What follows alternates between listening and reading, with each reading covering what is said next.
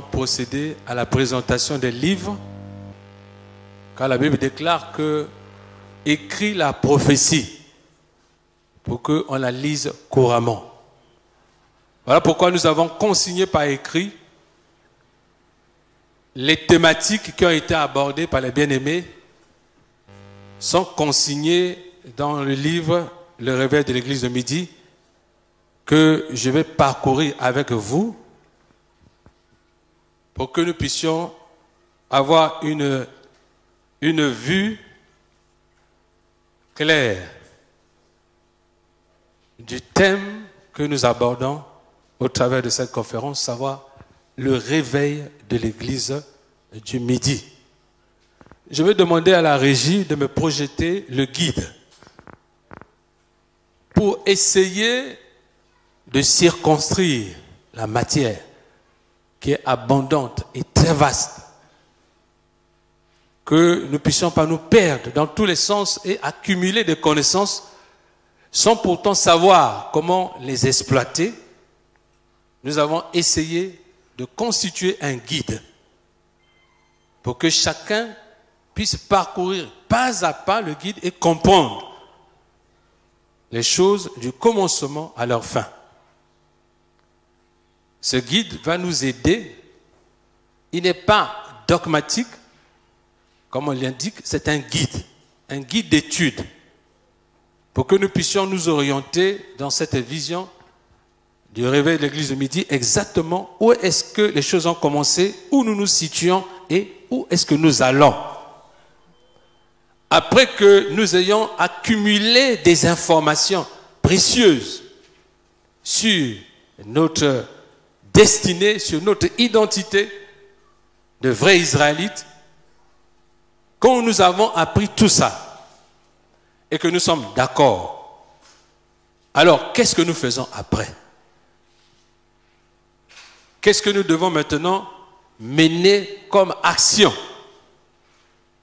d'obéissance à la parole de Dieu pour que la main de Dieu puisse agir positivement sur nos vies après que nous ayons écouté tout ceci? Je vais à ma manière. Les bien-aimés ont exposé. Est-ce que la régie peut nous envoyer, s'il vous plaît, le guide, version électronique? Voilà. Allons à la page 1 du guide et nous allons essayer d'aborder les choses telles que le Seigneur nous a montrées, en complément de ce que les bien-aimés ont exposé. Une chose importante a été dite par le bien-aimé Dr. King, c'est de parler des temps et des saisons. Cet élément des temps et des saisons est très important parce que toute chose se situe dans le temps, dans un temps donné, et dans ce temps donné, il y a plusieurs saisons. Nous sommes en 2022, il y a 4 saisons. N'est-ce pas? Même chose, Dieu agit. Dieu n'opère pas selon le chronos, mais Dieu opère selon le kairos, c'est-à-dire les temps et les saisons. Nous avons souvent tendance à nous attendre à un temps chronologique. Or, Dieu n'opère pas dans cette dimension-là. Il a dit, il y a 7 dispensations, 7 alliances et 7 fêtes.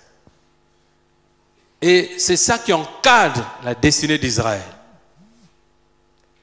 Si nous ne maîtrisons pas dans quel temps nous sommes par rapport à Israël, nous serons hors du temps et certainement si nous avons une prophétie, nous ne serons pas le temps d'accomplissement de cette prophétie.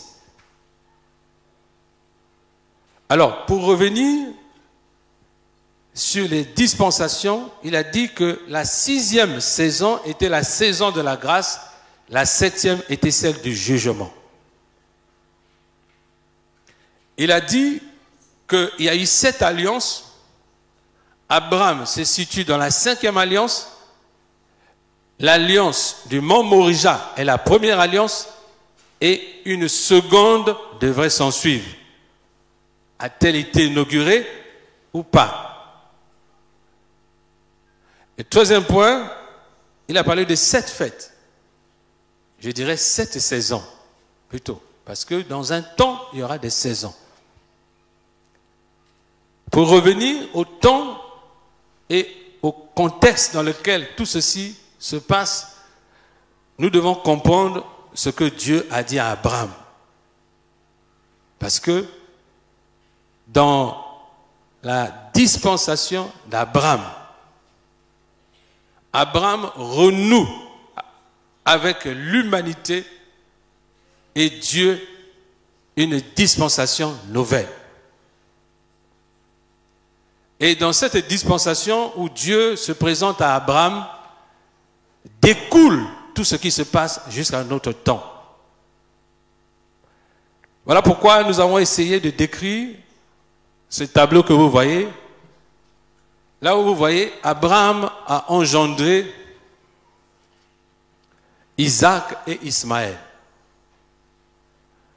Mais Dieu dit en Genèse 22, au verset 18, « Et toutes les nations de la terre seront bénies en ta semence, parce que tu as obéi à ma voix. »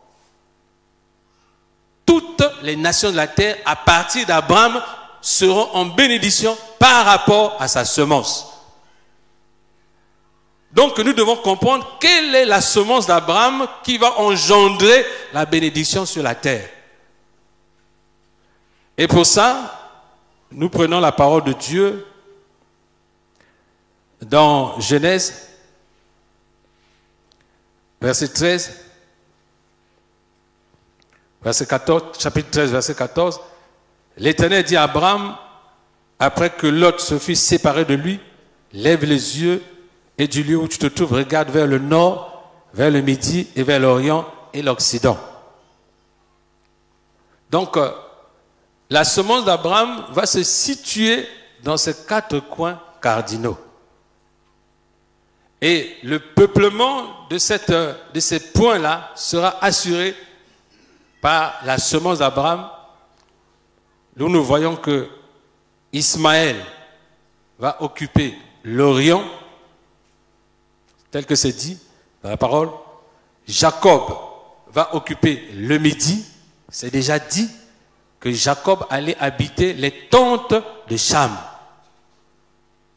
Donc Israël parle déjà à Abraham, dit à Abraham, la descendance de Jacob sera au Midi, c'est-à-dire en Afrique. C'est déjà dit par Abraham. Abraham a déjà cette information. Et parlons du jumeau de Jacob et Ésaü, qui est Édom, que lui, il allait occuper l'Occident et le Nord. Donc, on sait où se situe la semence d'Abraham, qui sera en bénédiction à toute la terre. Cet élément est très important, parce que si nous ne comprenons pas cela, il sera difficile de comprendre la suite. De poser le jalon de notre étude par rapport à Israël, qui est notre patrie, qui est notre identité. Ensuite, le bien-aimé a abordé une chose très importante que nous devons saisir après que nous ayons su quelle est la semence d'Abraham, qui est d'un côté d'Édom et d'un autre côté d'Ismaël et du plus jeune Jacob. Nous savons que à travers les Écritures, la naissance de Jacob et d'Édom a été un conflit.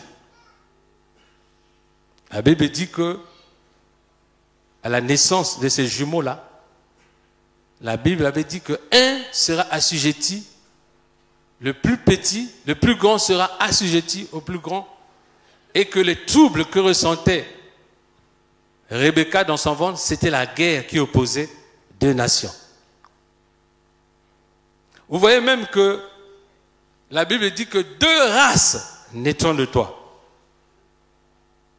2 races. Si vous allez dans Genèse, je crois verset 20, chapitre 25, on parle de 2 races. Et on dit que Ésaü est né avec des cheveux lisses et que sa peau était différente de celle de son frère. Parlons de Ismaël. Lui, sa mère était Agar et il s'en allait dans le territoire d'Orient. Donc, les 3 nations qui sont en bénédiction à la terre s'établissent sur des territoires géographiques bien établis par Dieu.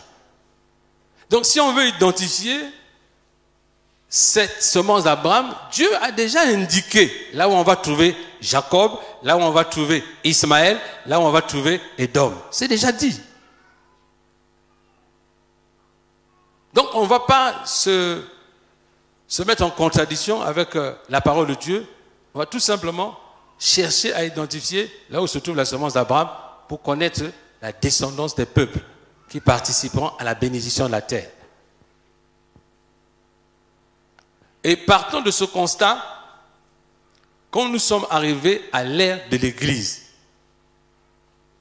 nous avions compris que le troupeau du Seigneur lui-même, comme le bien-aimé a dit, était fait de 2 bergeries. La bergerie d'Israël et la bergerie des nations. Qui sont les nations? C'est la descendance d'Ismaël et la descendance d'Édom. Amen. C'est eux qui sont les nations, qui font partie du corps de Christ. Parce que Dieu avait dit à Abraham que ta descendance participera à la bénédiction de la terre. Et le seul moyen de le faire, c'est à travers l'Église, qui est le corps de Christ. Il fallait donc que la semence d'Ismaël, la semence d'Édom participent au corps de Christ. Mais Dieu a fait son alliance avec Jacob. Mais il ne devait pas mettre de côté sa parole qu'il a prononcée à Abraham. Si il avait oublié Ismaël et Édom dans le corps de Christ, Dieu n'aurait pas accompli sa parole telle qu'il a prononcée à Abraham. Voilà pourquoi, dans le corps de Christ, on retrouve la bergerie d'Israël et la bergerie des nations. Amen. Et il a bien parlé tantôt dans Jean 10, 16, on dit « J'ai encore d'autres brebis qui ne sont pas de cette bergerie-là. Il faut que je les amène. Elles entendront ma voix et il y aura un seul troupeau et un seul berger. » Et quand j'étais à Bangui, quand j'ai exposé sur les 2 bergeries, ça a scandalisé les gens. Il dit, comment le corps de Christ peut-il être divisé?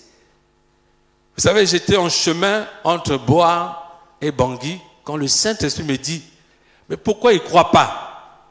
Il dit, mon corps, le corps humain, vous ne voyez pas qu'il est divisé en 2? Il y a 2 yeux, 2 narines, 2 mains, que tout est en double dans mon corps, mais mon corps a l'image du corps humain. C'est là que j'ai compris, ah d'accord. C'est normal que l'on retrouve dans le corps de Christ et donc bicéphale, comme le corps humain. Amen. C'est ce qui a permis de comprendre que lorsque nous lisons les Écritures, il y a donc des passages qui s'adressent à la bergerie d'Israël, tout comme il y a des passages qui s'adressent à la bergerie des nations. Et que souvent nous faisons l'amalgame, et ce qui nous empêche de comprendre clairement les Écritures. Depuis que nous avons maintenant porté des jumelles pour avoir une vue claire sur les 2 bergeries, ça a profondément amélioré notre compréhension des Écritures. Amen.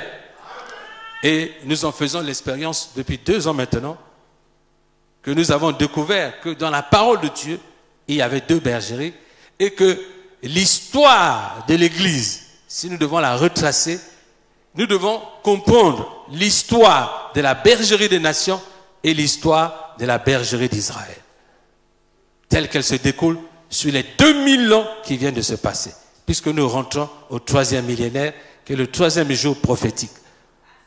pendant les 2 jours prophétiques, que se passe-t-il dans la bergerie des nations et qu'est-ce qui se passe dans la bergerie d'Israël? Nous nous sommes penchés sur cette étude et avons essayé de ressortir pour vous et pour chacun de nous tous les éléments essentiels qui nous permettront de comprendre le déroulement du plan de Dieu pour son Église. Amen. Partant de ce constat, nous nous sommes rendus compte que le message que le Seigneur a ordonné de prêcher par l'entremise des apôtres était différent du message que le Seigneur a ordonné de prêcher par l'entremise de l'apôtre Paul, qui est l'apôtre des nations. Un élément frappant de cette différence du langage, c'est que principalement, le Seigneur, quand il parle, quand il ordonne aux apôtres d'aller prêcher, il dit « Repentez-vous et dites-leur que le royaume de Dieu est proche. » Donc, il y a un élément de la repentance et il y a l'élément du royaume.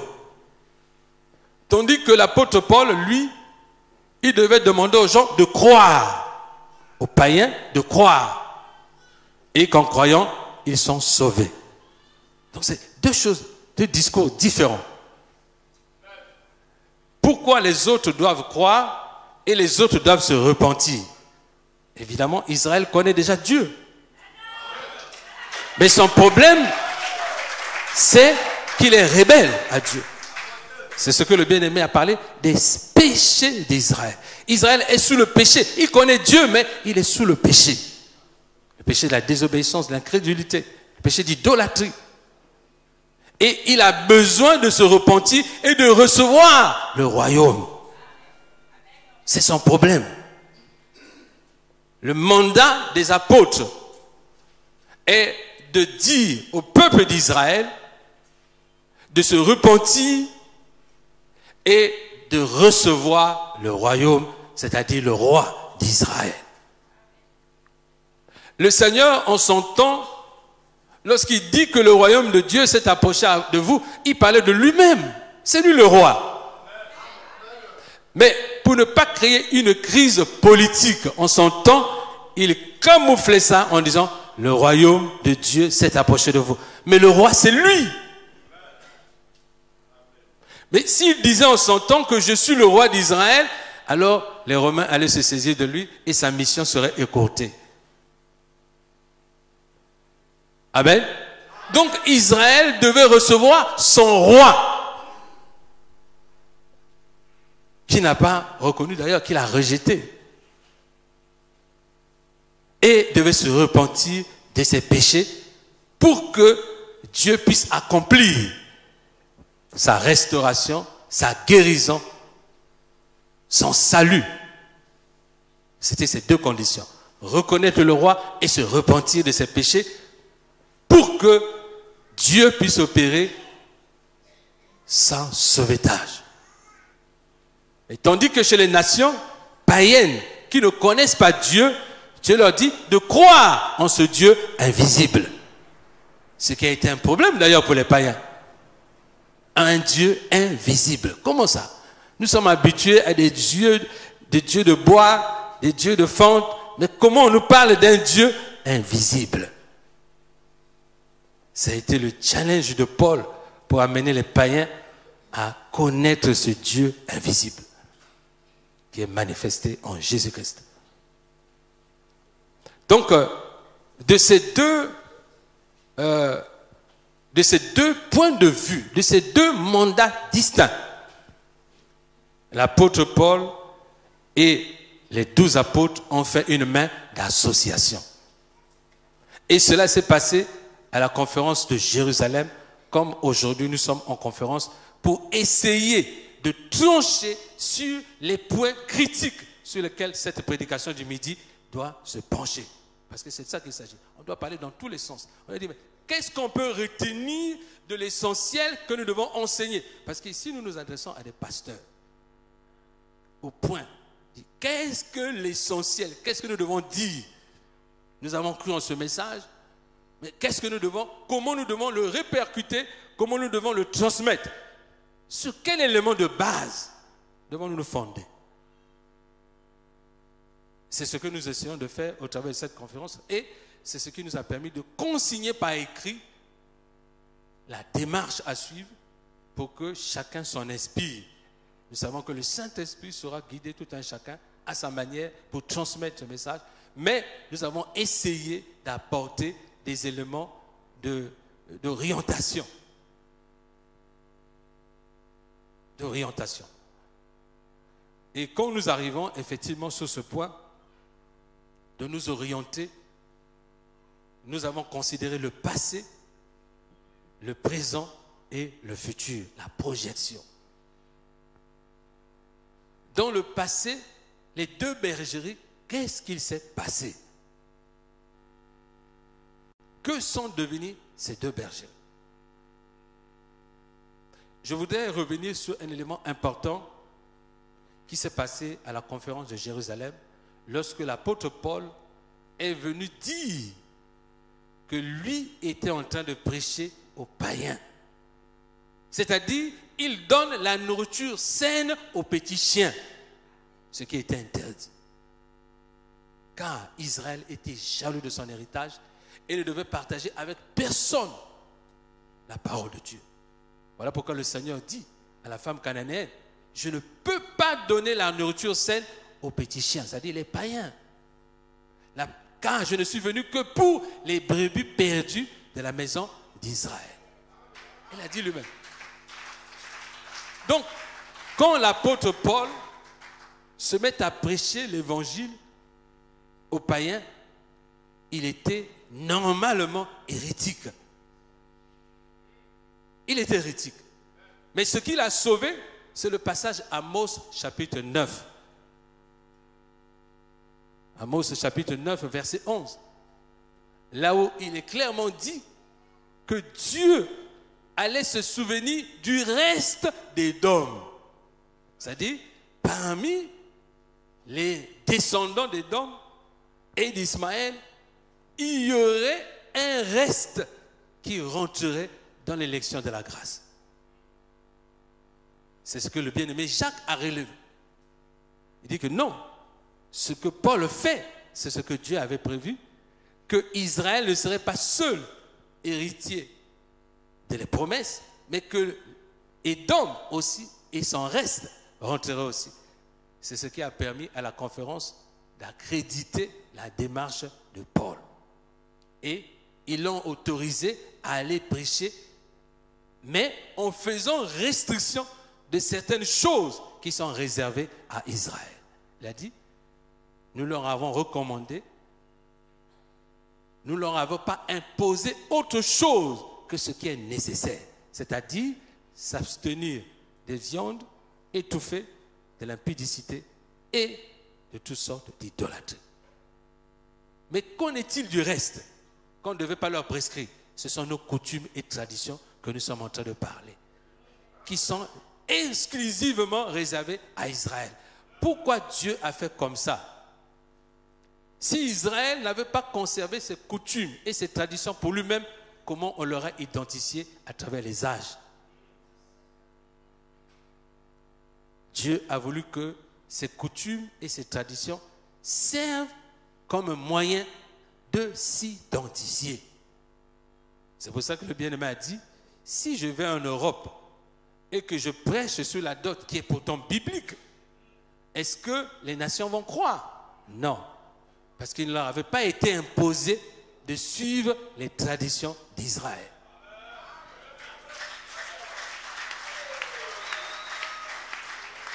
Donc, voilà comment ils se sont départagés. Il a lu tantôt, la maître d'association a dit, vous allez vers les nations, prêchez le salut, leur disant, si vous croyez, vous êtes baptisés, vous serez sauvés. Vous allez vers Israël, voilà pourquoi il y a 12 apôtres, parce qu'un apôtre pour chaque tribu. Dites-leur que le royaume de Dieu s'est approché d'eux et qu'ils doivent se repentir. c'est un autre message. Voilà pourquoi il parlait de l'incompatibilité. Quand l'évangile des nations a été prêché au milieu des Israélites, il a dit le chaos que ça a provoqué, c'est comme si on était venu encore provoquer les problèmes. Parce que ce n'est pas ce message-là que Israël doit recevoir.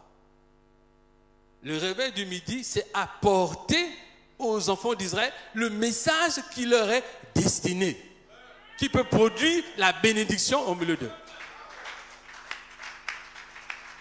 Et c'est ce que nous sommes en train de scruter pour dire voilà, quels sont les éléments que nous allons recueillir de la sainte doctrine que nous devons donner au peuple d'Israël.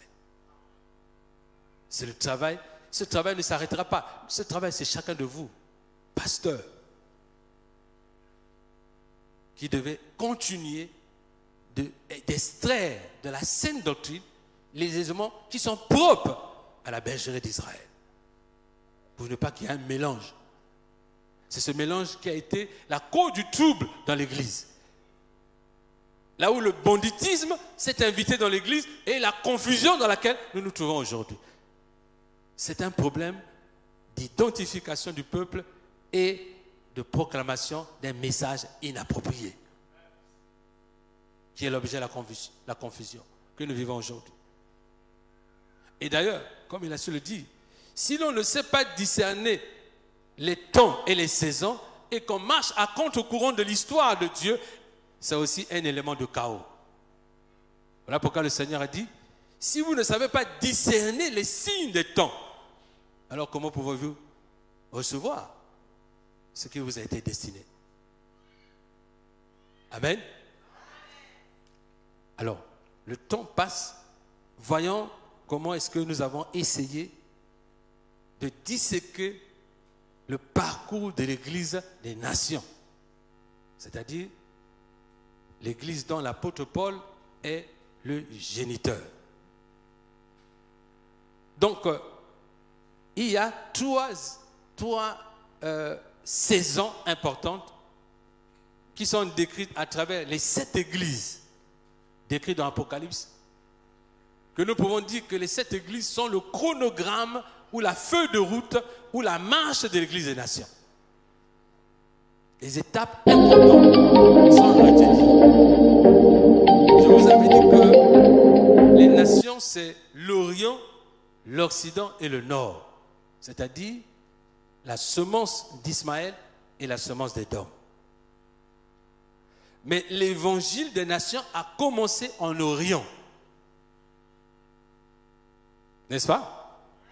Éphèse, Corinthe, Smyrne, Thyatire, Éphèse, c'est l'Orient ou le Moyen-Orient, comme on dit. Et plus tard, l'évangile est arrivé en Europe, à Rome. Donc vous voyez que le champ missionnaire de l'apôtre Paul nous permet même de comprendre que c'est là où se situe la semence d'Abraham, c'est-à-dire Isaac et Ismaël, et Édom. Et la première église qui est Éphèse, il y a là quelque chose d'important que Dieu a fait qui doit tirer notre attention. Il dit ceci. Il dit, cette église-là, à un moment donné, est devenue tiède. Et Dieu lui a ôté le chandelier. C'est la seule église à qui Dieu a enlevé le chandelier. C'est-à-dire la lumière s'est éteinte. Et nous remarquons que la région orientale a basculé à l'islam, ayant abandonné littéralement la foi. Et pourtant, c'est le berceau de la foi. La Turquie actuelle, où située, qui est devenue musulmane, était le commencement de l'évangile des nations. Et cette région est devenue islamique parce qu'on lui a ôté le chandelier et elle est représentée par l'église d'Éphèse.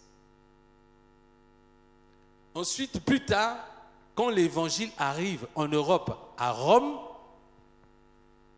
en Occident, et là, c'est le prototype de l'église de Thyatire, là où l'Église s'est mêlée à la politique.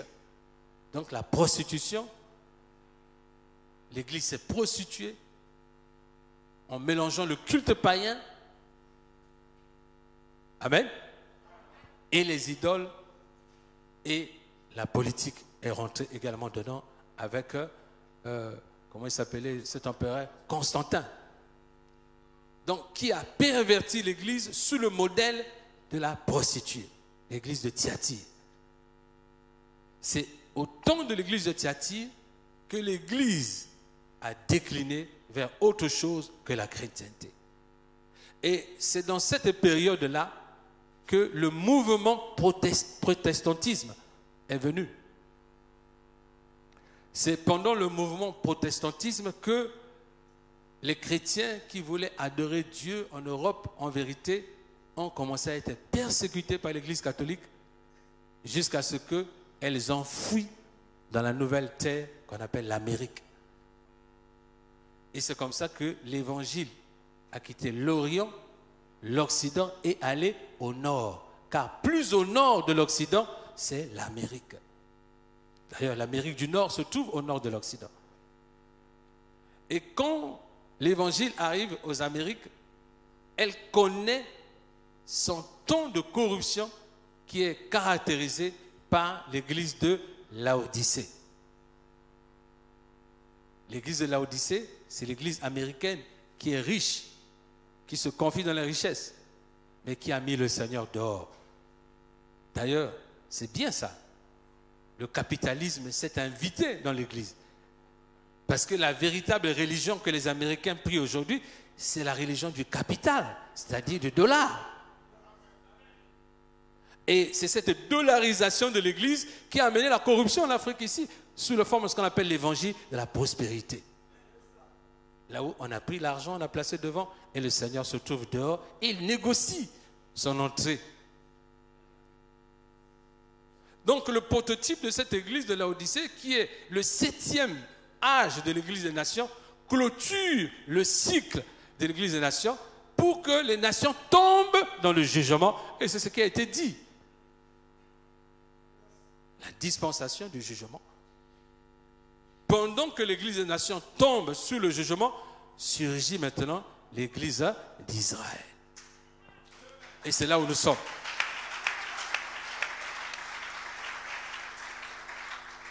Donc, au temps où l'église d'Israël, où la bergerie d'Israël surgit, les nations sont sous le feu du jugement.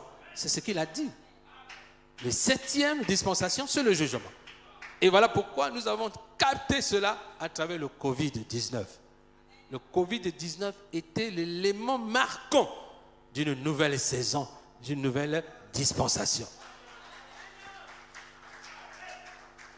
Et cette dispensation du jugement qui a été introduite parmi les nations se justifie par leur comportement, puisqu'ils ont abandonné Dieu.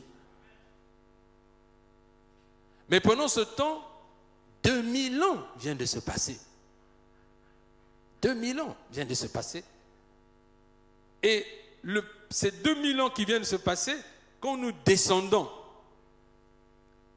dans l'église d'Israël, nous comprenons qu'elle a connu sa naissance et qu'en l'an 70, tout a basculé. En l'an 70, lorsque Jérusalem est investie par les armées étrangères, les enfants d'Israël n'ont autre choix que de prendre la fuite. Et l'orientation des enfants d'Israël dans leur fuite, ce n'était pas d'aller au nord, mais ils sont descendus au sud, en Afrique. C'est comme ça que les derniers habitants israélites qui habitaient la Palestine ont fui la Palestine et sont descendus en Égypte. Et c'est de l'Égypte qu'ils se sont éclatés en deux directions. D'autres ont suivi le Nil et d'autres ont suivi les côtes ouest africaines. Pour certains échoués dans les pays comme le Mali, la Côte d'Ivoire, le Nigeria. Et d'autres ont suivi le Nil pour arriver jusqu'à la Centrafrique et de la Centrafrique rentrer en Afrique centrale. C'est comme ça, dans leur fuite migratoire. C'est comme ça que les Israélites qui habitaient la Palestine au temps du Seigneur se sont retrouvés massivement sur le continent africain pour accomplir la destinée de Dieu qui était que Jacob a pour point d'atterrissement final l'Afrique. Amen. Et nous ne pouvons pas douter de ça parce que l'histoire le confirme. Ce livre qui a été écrit retrace exactement le mouvement migratoire des fuyards israélites. Parce que Nicolas II, le pape Nicolas II, avait ordonné la mise en esclavage des enfants d'Israël pour accomplir la prophétie. Et ils ont utilisé les Arabes, qui sont les Orientaux, pour faire le sale boulot. La première traite négrière a été la traite arabe, ordonnée par Nicolas II. Imaginez, un pape catholique demande à des musulmans d'aller persécuter ceux qui se réclament chrétiens. C'est très étrange. Mais comme il ne pouvait pas le faire directement, il fallait trouver une astuce pour mettre les musulmans devant, dire que non, ce sont les musulmans qui, en réalité, c'est eux qui étaient derrière. Parce qu'ils n'avaient pas besoin de cette vraie religion. Ils n'avaient pas besoin des Israélites parce qu'ils allaient mettre leurs mensonges à nu et à découvert. Voilà comment les colons israélites se sont retrouvés massivement sur le continent pendant la première traite arabe et ils ont été rattrapés par la traite européenne en l'an 700 lorsque, cette fois-ci maintenant, c'est les colons portugais qui sont descendus pour chasser les derniers Israélites qui se trouvaient sur les côtes ouest africaines et sur l'Afrique pour les emmener massivement dans les Caraïbes. C'était pour accomplir le destin de Dieu, puisque hier, le bien-aimé Aké a bien parlé des malédictions de Deutéronome 28 et que l'étape finale de cette malédiction, c'était évidemment la mise en esclavage pour faire quoi? Pour éradiquer la race. La traite négrière avait pour objectif d'éteindre Israël. La seule manière, si tu veux commettre un génocide contre une race, c'est de les disperser pour qu'ils s'éteignent. Si tu ne peux pas les assassiner totalement, tu les disperses et tu leur fais perdre leur identité. D'ailleurs, l'objectif de tous les colons, de tous les esclavagistes, c'était que quand ils prenaient les esclaves, la première chose qu'ils devaient faire, c'était leur faire changer le nom, leur faire changer d'identité. Mais ça aussi, nous comprenons que c'était le plan de Dieu, car il était écrit dans Deutéronome 32, verset 26, et Deutéronome 28, verset 26, que la mémoire d'Israël devait disparaître.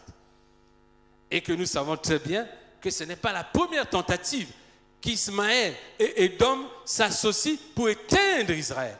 Vous savez, dans le livre de Psaumes, si je ne me trompe pas, il est écrit que Édom et Ismaël ont mené une coalition pour faire disparaître Israël de la terre.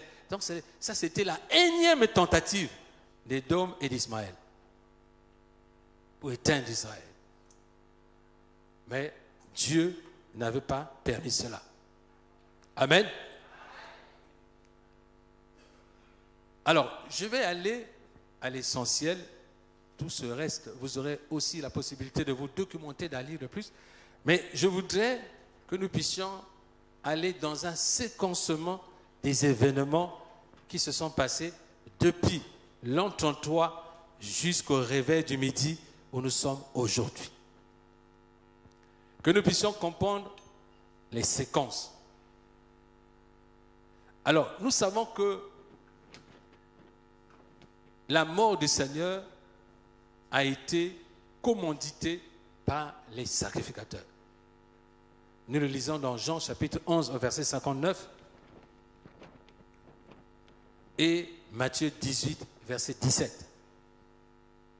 Le Seigneur a dit, il faut qu'il y ait des scandales, mais malheur par qui le scandale viendra.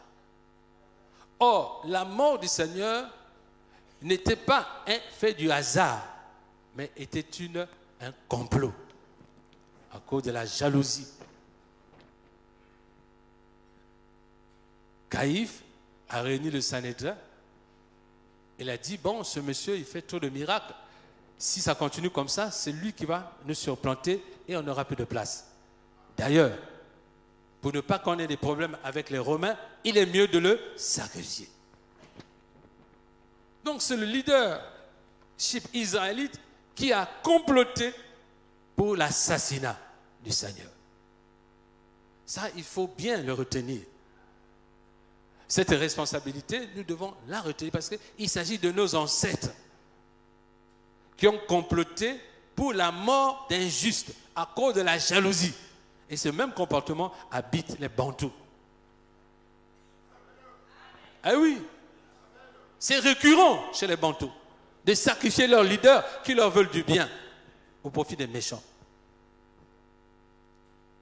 Donc, le Seigneur est rejeté comme roi d'Israël. Ça, vous le lisez dans Jean 19, 15. Et il choisit César comme roi à la place du Seigneur. Souvenez-vous que le message du Seigneur, c'est d'aller dire que le royaume s'est approché d'eux.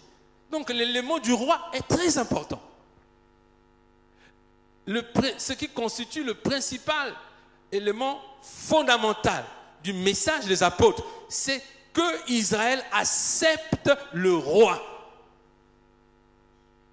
Ne pas accepter le roi est une faute. Amen. D'ailleurs, si vous acceptez le roi et que vous, c'est déjà l'élément même de la repentance. Si vous acceptez le roi, c'est même déjà l'élément de la repentance. Puisque le Seigneur a dit, Dieu a dit, vous tuez tous les prophètes qu'on vous envoie. Jusqu'à celui-ci. Et vous connaissez la parabole du vigneron, là où Dieu dit que j'ai envoyé des prophètes, vous avez tous tué, et à la dernière minute, j'envoie mon fils dans l'espoir qu'ils auront quand même du respect pour lui. Mais là aussi encore, Israël a dit, tuons le fils et accaparons-nous de la vigne. Vous voyez un peu, c'était quand même, c'était des pensées iniques. Frères et sœurs, il est important que nous nous imprégnions de l'état d'esprit machiavélique. Vous voyez comment le péché engendre le péché. Comment on vous envoie le fils, vous tuez le fils avec pour objectif de vous accaparer de la vigne. C'était dans cet esprit-là qu'ils ont livré le Seigneur. Pour s'accaparer du leadership. Alors, et là, quand vous allez lire Actes des Apôtres, chapitre 2, verset 36, vous voyez comment le Saint-Esprit rend témoignage contre les enfants d'Israël. Nous nous réclamons israélites aujourd'hui, mais nous devons assumer l'héritage. Pas seulement l'actif, mais aussi le passif. N'est-ce pas? Daniel l'avait bien compris. Quand Daniel devait se confesser, il reconnaît d'abord les péchés de ses pères. Il s'identifie à eux dans la faute. Et c'est ce qui a permis la compassion de Dieu d'agir. Nous aussi, je tarde sur cet élément parce qu'il est important que nous puissions comprendre la gravité des faits. Ce sont des faits prémédités. L'assassinat du Seigneur est un fait prémédité par le leadership israélite de ce temps-là. Pour quel motif? La jalousie, la haine gratuite. C'est ce qui nous habite. Et c'est récurrent. Amen. C'est récurrent chez les Bantous. D'haïr les gens qui font bien. De se tourner contre les gens qui font bien. Parce qu'on aime la médiocrité. C'est ça aussi la malédiction qui nous poursuit. Et ces choses-là doivent changer. Mais pour qu'elles changent, il faut qu'on fasse un diagnostic profond. Et c'est ce diagnostic que nous sommes en train de faire par rapport à l'attitude qui a conduit les Israélites, dans leur large majorité, à crucifier leur roi. Pourquoi? Qu'est-ce qu'il a fait? Il a fait quoi? Rien du tout.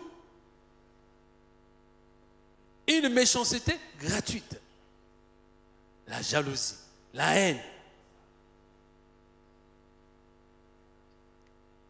Donc, dans Matthieu 27, verset 25, vous allez voir que le peuple, dans sa grande majorité, va s'unir à ses leaders pour condamner à mort le Seigneur. Et commettre encore une faute grave et demander que son sang retombe sur eux et sur leur descendance. Donc ça veut dire que si nous nous réclamons Israélites, ça veut dire qu'on nous a condamnés par procuration. Et oui, et nous avons été condamnés par procuration. Et nous subissons les effets de cette condamnation par procuration. Donc l'origine de nos problèmes, c'est ce qui s'est passé là. Que son sang retombe sur nous et nos enfants. Tout à l'heure, le docteur King est en train de dire que, attention, le péché d'Israël n'a pas été remis par le sang de l'agneau. Pourquoi? Il a expliqué. Parce que Israël est tenu à part par une alliance spéciale avec Dieu. En vertu de cette alliance, si les termes ne sont pas respectés, c'est ou la malédiction ou la bénédiction. Donc, la mort expiatoire du Seigneur à la croix concerne les nations. Mais Israël, au lieu de recueillir de cette mort la bénédiction, c'est la malédiction parce qu'il est l'auteur de ce crime. Il est l'auteur de ce crime. Comprenez-vous, bien sûr? J'insiste beaucoup sur ce diagnostic. L'examen des conditions et des circonstances de cette mort doit nous interpeller. Comme David, comme Daniel a été interpellé en son temps. Il a compris que la faute là, bon, Daniel, il avait fait quoi? Daniel était injuste. Un jeune qui, depuis son bas âge, craint Dieu. Comment il se retrouve esclave en Babylonie? Il a fait quoi? Est-ce qu'il avait combien péché? Non. Il subit l'effet de la malédiction de ses pères. C'est comme toi et moi. Nous sommes des bons chrétiens. Mais pourquoi nous ne prospérons pas? Pourquoi nous avons du mal à aller de l'avant? Nous subissons la malédiction d'Israël. Et c'est même ces éléments-là qui confirment qu'il s'agit bien de nous. Parce qu'un Européen, bon chrétien, craignant Dieu, il va prospérer. Mais toi et moi, bons chrétiens, craignant Dieu, beaucoup de bons chrétiens sont dans les églises, mais croupissent dans la misère et ils ne comprennent plus qu'est-ce qui se passe. Il dit, Seigneur, je prie, je suis fidèle à toi, je fais tout. Mais comment est-ce que ça ne marche pas? Je n'arrive pas à nourrir ma famille. Hein? Mais l'Européen, quand il craint Dieu, toutes les portes sont ouvertes. J'ai rarement vu des chrétiens pieux en Occident croupir dans la misère comme les chrétiens en Afrique. Non. Ce sont ces éléments probants qui confirment que nous sommes le peuple de l'Alliance. Et que nous subissons les effets de l'Alliance. Si nous n'étions pas dans l'Alliance, une fois on s'est posé la question, mais pourquoi le Japonais qui est bouddhiste, il ne connaît pas Dieu, il ne craint pas Dieu, mais comment ils arrivent à se développer? Oui, mais parce qu'ils ne sont pas dans l'Alliance. Ils ne sont pas dans l'Alliance. Nous avons, dans un certain cas, le malheur, ou dans notre cas, le bonheur d'être le peuple de l'Alliance. Nous héritons l'actif et le passif. En ce moment, nous sommes héritiers d'un passif lourd. celui de la mort de notre roi. Nous devons réparer cela. Il nous revient à nous qui avons pris conscience à travers ce message du midi de réparer cela. Réparer. Sur l'élément de la grief.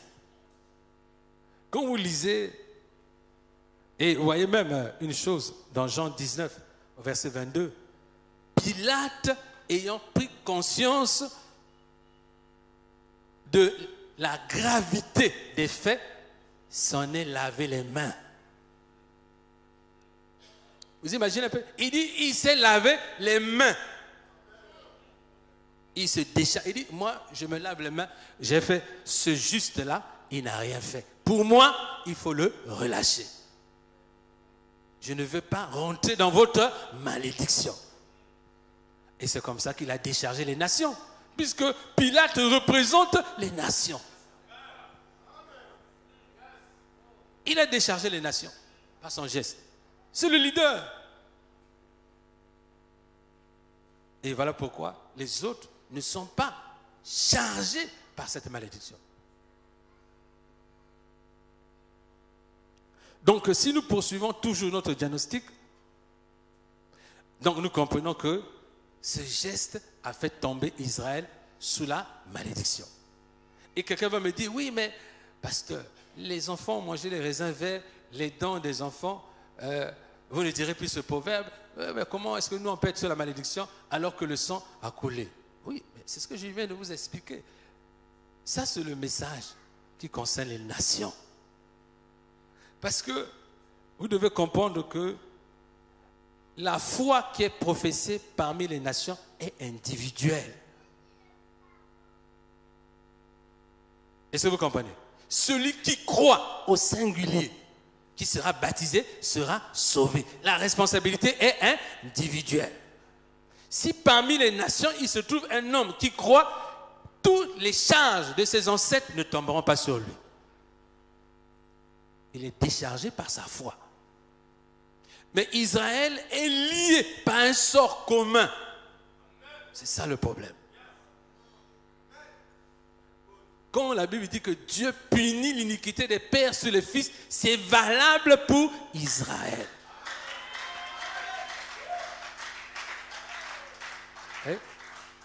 C'est valable. Il y a un effet de communion, il y a un effet de la faute collective. D'ailleurs, vous allez remarquer une chose.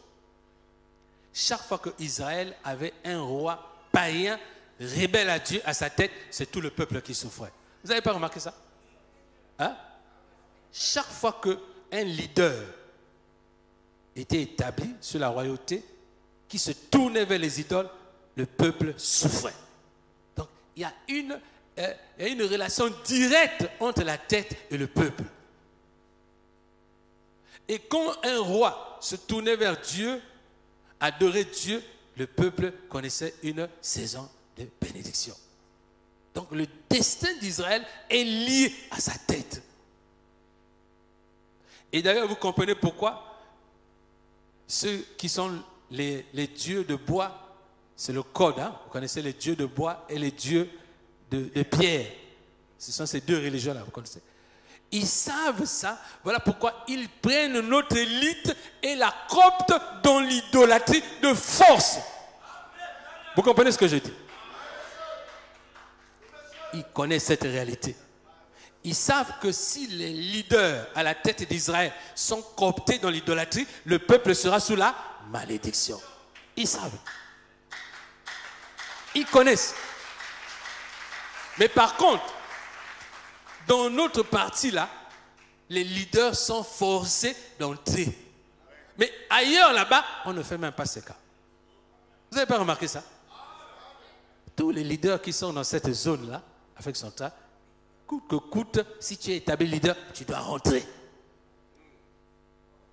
Vous comprenez ce que je dis? Tu dois rentrer pour que tu mêles ta malédiction au peuple.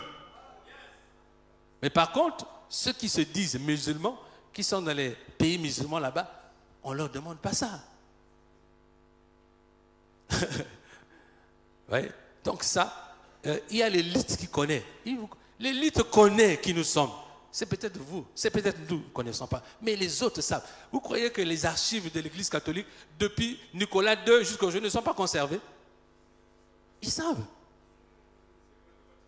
Ils savent. Nommez pas les s'il vous plaît, soyez prudents.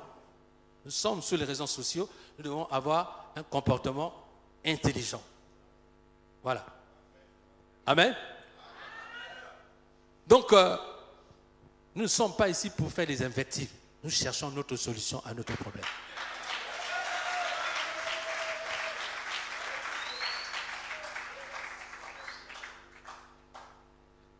Et autre chose que je voudrais te relever pour te dire que tu vas encore me donner un argument. Vous dire, mais le Seigneur à la croix nous a pardonné. Hein? Alors, mais pourquoi est-ce que vous parlez encore dans la malédiction? Le Seigneur, il a dit, Père, pardonne-leur. Donc, même la faute des enfants d'Israël a été pardonnée. Bon, lis avec moi Jean chapitre 11, verset 35. Effectivement, la Bible dit que quand le Seigneur rentre à Jérusalem, il a pleuré sur Jérusalem. 2 fois le Seigneur a pleuré dans la Bible. Pour Lazare et pour Jérusalem. Pourquoi il a pleuré pour Jérusalem? Le malheur qui allait venir. Ce n'était pas un pleur d'intercession, c'était un pleur de douleur, la souffrance qui allait engendrer. Amen. Et je vous rappelle un cas où Moïse avait intercédé en faveur de Myriam. Est-ce que Moïse a accédé à l'intercession? Est-ce que Dieu a accédé à cette intercession? Hein? Il n'a pas accédé. Ce pardon-là n'a pas affecté les enfants d'Israël. Car Dieu était décidé de se venger de ce peuple. C'est dit dans Luc 21, verset 20. Luc 21, verset 20. Dieu parle d'un jour de vengeance contre ce peuple. Quel peuple? Le peuple d'Israël. Donc, tôt ou tard, Dieu devait se venger de la mort de son fils, de l'humiliation de son fils. C'était une vengeance. Tu vas me dire, mais Dieu va se venger? Oui, il s'est vengé. C'est écrit. Le mot vengeance a été prononcé. Et nous subissons la vengeance. Luc 21, lis verset 22 jusqu'au verset 23. Tu vas voir. Amen. Et vous savez très bien qu'un jour, les disciples viennent lui poser la question. À quel signe reconnaîtrons-nous ton avènement? Le Seigneur leur décrit les événements futurs qu'on lit souvent dans Matthieu 24. Le tremblement de terre, guerre, tout ceci. Et ce sont les seuls indices que nous avons tendance à retenir. Mais il a dit, mais avant ça, c'est un détail souvent qu'on n'a pas lu. Avant ça, Jérusalem sera foulée aux pieds par les nations. Dans ce cas-là, si quelqu'un se trouve dans les champs, qu'il ne revienne plus à la ville, mais qu'il prenne la fuite. Et donc, c'est ce qui s'est passé en l'an 70. Mais le Seigneur avait averti ses disciples. Et c'est sur ces éléments-là que le Seigneur a pleuré. Le malheur dans lequel devait se trouver son peuple pour ne pas avoir reconnu le jour de sa visitation. Aujourd'hui, nous ne devons plus manquer le coche. Dieu nous visite à travers ce message. Nous ne devons plus manquer la visitation de Dieu. Nous devons reconnaître que Dieu nous visite en nous permettant d'avoir les yeux ouverts. Donc, dans Deutéronome 32, verset 26, comme je lisais tantôt, Israël, après la traite, 400 ans de traite négrière, perd toutes les traces de son identité. Aujourd'hui, pour reconnaître que nous sommes Israélites, nous sommes obligés de nous époumoner à travers les médias, les réseaux sociaux. Mais autant avant que la traite négrière ne passe par là, les Israélites n'avaient pas de difficulté à se reconnaître. Puisqu'ils ont reproduit même certains vestiges qu'ils avaient autrefois dans ces zones-là d'Afrique centrale. Donc ils avaient la connaissance qu'ils avaient avant qui ne quitte Israël, la Palestine. Amen. Mais au bout d'un temps, tout ce savoir, toute cette connaissance a disparu. C'est la prophétie des ossements desséchés.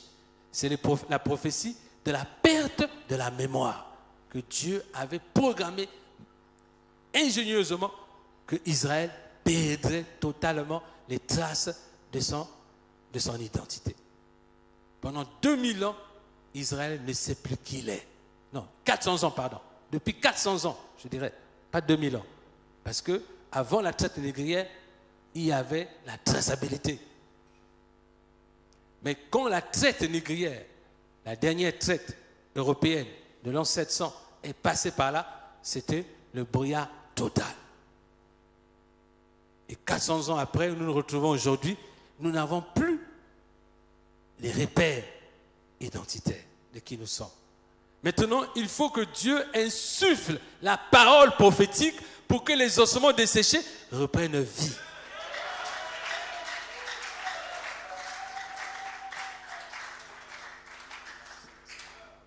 Voilà. Je rectifie, c'est Nicolas 5, ce n'est pas Nicolas 2. Amen.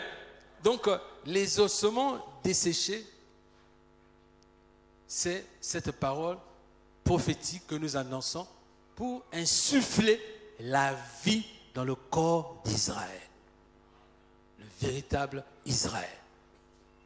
Celui qui ne sait plus qui il est. Et j'ai dit, si quelqu'un ne sait pas qui il est, il ne peut pas jouir de son héritage.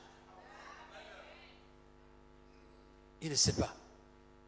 Et en recouvrant la mémoire, Dieu a permis en ce temps le recouvrement de la mémoire d'Israël.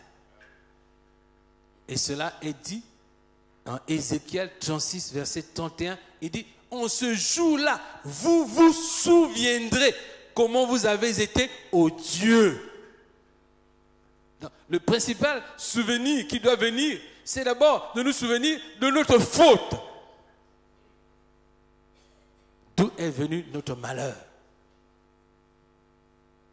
Amen. Si nous comprenons d'où est venu notre mémoire, notre malheur, c'est le premier élément que Dieu permet dans le recouvrement de notre mémoire. En ce jour-là, vous vous souviendrez comment vous avez été aux dieux. Ah oui. Mais comment un peuple peut rejeter son roi qui est venu pour se faire du bien? Quel est ce problème-là? Mais c'est l'héritage de la malédiction. De Jéroboam, comme il a dit, qui a produit ses effets. Et pendant que Israël recouvre sa mémoire, surgit maintenant le problème des faux et des vrais juifs.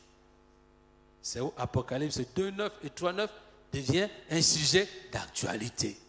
Parce qu'il a surgi sur la terre, quelque part, un peuple qui se réclame Israël. Finalement, les gens vont dire, mais qui est le vrai, qui est le faux? Mais la Bible dit que celui qui est vrai, c'est celui qui est pauvre. Bien qu'il soit riche. C'est lui le vrai. Il habite un territoire le plus riche du monde, mais il est le moins nanti de la terre. Il est assis sur l'or, il marche sur le pétrole, il marche sur le diamant, mais il vit avec moins $1 par jour. C'est lui-là, Dieu a dit, c'est lui le vrai Israélite.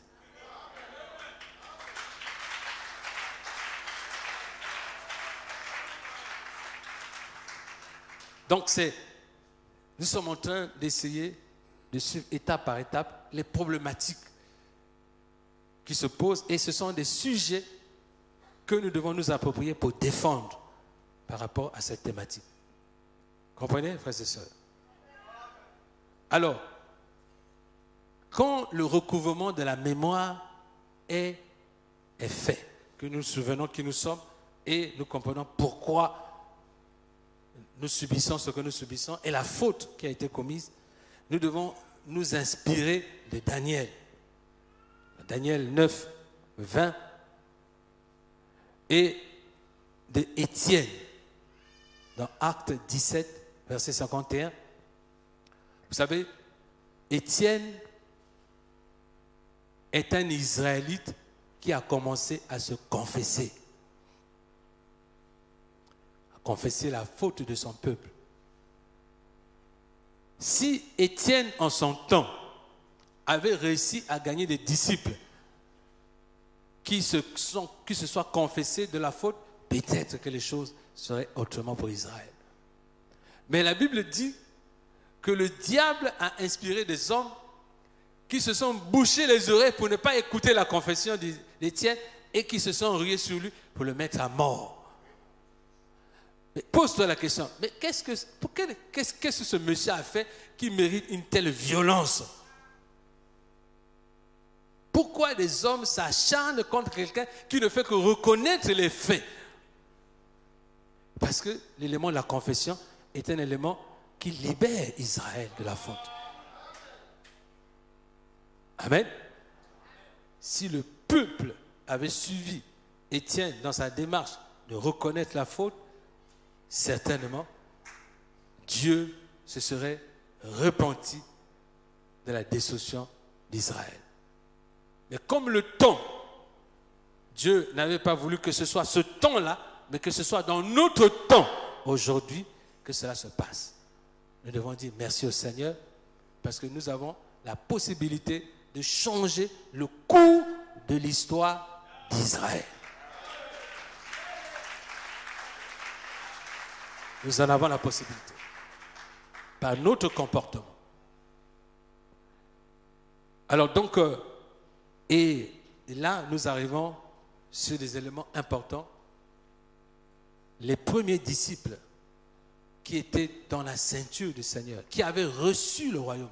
Voilà pourquoi le verset qui dit « Petit troupeau, réjouis-toi, car le Père a jugement de te donner le royaume. » Pourquoi? Parce qu'au temps du Seigneur, c'est un petit groupe minuscule qui a reconnu que le Seigneur était le roi d'Israël.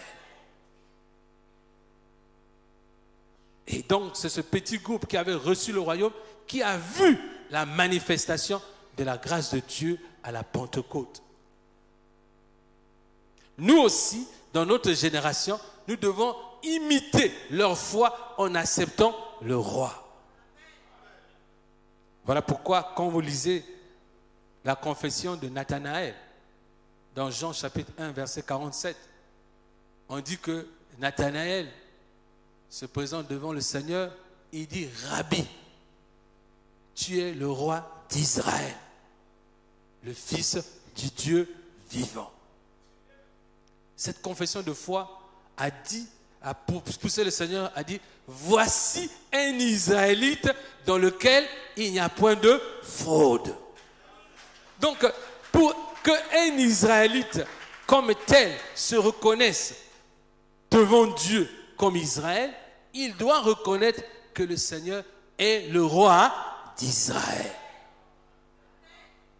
Et le Fils de Dieu, évidemment, est Rabbi en tant que souverain sacrificateur, maître, berger, conducteur. Mais aussi comme le prophète que Moïse avait parlé, que Dieu vous enverra un prophète comme moi. Le mot « comme » là est lié à l'alliance. C'est-à-dire un prophète qui va tisser une alliance avec Israël comme Moïse l'avait fait. Donc le Seigneur est venu comme roi, sacrificateur, prophète, pour établir avec Israël une alliance nouvelle. Sous cet élément de l'alliance nouvelle, je ne voudrais pas que nous puissions polémiquer. L'alliance nouvelle ne concerne pas les nations. Parce que les nations n'ont jamais tissé une première alliance avec Dieu. On ne peut pas parler de seconde alliance s'il n'y a jamais eu de première auparavant. Donc, quand on parle de la seconde alliance parmi les nations, c'est une faute à mon sens. Parce que je poserai la question, quand s'est produite la première? pour que vous parliez de seconde alliance. Moi, je sais que Dieu a tissé une première alliance avec Israël et que Moïse était le prophète médiateur. Où est les nations? Est-ce que l'apôtre Paul était-il prophète médiateur d'une nouvelle alliance avec les nations? Si c'était le cas, c'est donc la première. N'est-ce pas? Bon, bref. Donc ça, la seconde alliance, qui est la pluie de l'arrière-saison, c'est celle que nous inaugurons. Amen. C'est celle que nous inaugurons. Et vous allez lire Zacharie chapitre 2, 12, verset 10, là où on parle du deuil pour le Seigneur. Zacharie fait une prophétie époustouflante que nous ne pouvons pas laisser comme ça. Zacharie prophétise qu'en ce temps-là, dans le temps que nous sommes aujourd'hui, ils se tourneront vers celui qu'ils ont percé. Et ils pleureront sur lui comme on pleure un premier-né. Lisez la parole. Nous sommes en mesure de nous poser la question, à quel moment cette prophétie s'est-elle accomplie? À quel moment Israël se tourne vers celui qu'ils ont percé pour qu'il regrette sa mort? Si ce n'est pas notre temps que nous sommes en train d'inaugurer. Est-ce que quelqu'un peut acclamer le Seigneur pour ça? Donc, c'est une prophétie qui doit être considérée lorsque nous examinons la question du réveil de l'Église du Midi. Cette prophétie ne doit pas rester inaperçue. Elle doit être considérée. Et d'ailleurs, quand nous avons examiné les Écritures, nous voyons que le jeûne lui-même comporte 3 éléments, 3 motivations du jeûne. Il y a le jeûne de la sanctification, où le Seigneur a dit, on ne peut pas mettre un vieil étoffe avec un nouvel étoffe. Il y a le jeûne en rapport avec cet esprit-là, ne sort que par le jeûne et la prière. Et il y a le contexte du jeûne où les amis de l'époux peuvent-ils s'endeuiller, là je ne dis plus jeûner, mais peuvent-ils être en deuil pendant que l'époux est avec eux? Quand l'époux leur sera enlevé, alors ils feront son deuil. N'est-ce pas? C'est pas ce qu'il voulait dire? Amen. Donc le deuil devait se faire. Amen. Digérer. Hein? Quelqu'un m'a posé la question, il m'a dit, mais comment on peut faire le deuil de quelqu'un qui nous a sauvés par sa mort? J'ai dit ceci, je vous ai dit tantôt que la mort du Seigneur, par rapport à la rémission, par rapport à son sang qui a coulé, concerne les nations. Mais sa mort a été un sujet d'aggravation de la situation d'Israël. Il y a lieu de regretter les causes de cette mort par les pleurs. Eh oui, puisque c'est cette mort qui a amené notre malheur. Qu'est-ce que nous devons faire par rapport à cette mort? Nous réjouir pour aggraver encore la faute ou pleurer? Zacharie dit, ils pleureront sur celui qu'ils ont percé. Amen. C'est quelque chose que nous avons expérimenté dans l'église ici et nous avons vu les retombées de cela. Ensuite, lorsque nous avons pris conscience de tous ces éléments-là que nous venons de citer, nous arrivons maintenant dans la question du temple. Il faut que le temple soit purifié. Le temple, ce n'est pas les 4 murs en toit. Le temple, c'est les sacrificateurs. Car quand le Seigneur est rentré, il a trouvé les vendeurs de pigeons. Le sacerdoce était souillé, comme c'est le cas aujourd'hui. N'est-ce pas? Le sacerdoce n'est-il pas souillé? Il est souillé. Voilà pourquoi, quand nous voyons sur le modèle de Daniel, lorsque les 70 ans sont arrivés à fin, il a fallu que le Seigneur purifie le sacrificateur Josué qui était en vêtements sales. Il faut que cette opération se passe aussi dans l'église. il faut que la chicotte aussi rentre dans l'église. La chicotte du Seigneur. Elle rentrera. Vous fouettez tous les bandits, tous les vendeurs de pigeons, tous les trafiquants, tous ceux qui ont transformé la maison de Dieu en un lieu de commerce. La chicotte rentrera. Comme elle était rentrée au temps de l'église primitive par la mort d'Ananias et Saphira. Cette mort-là était un signal pour dire ici, ce n'est pas le désordre.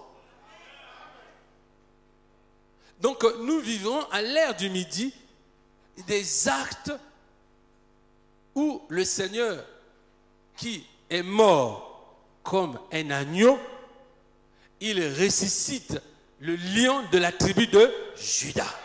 C'est un lion. Et c'est l'emblème de notre assemblée, le lion de la tribu de Juda. Parce que c'est aussi une autre dispensation, celle du lion de la tribu de Juda. Il est mort comme un agneau, mais il est vainqueur et il se tient sur la montagne de Sion pour diriger son peuple Israël comme un lion.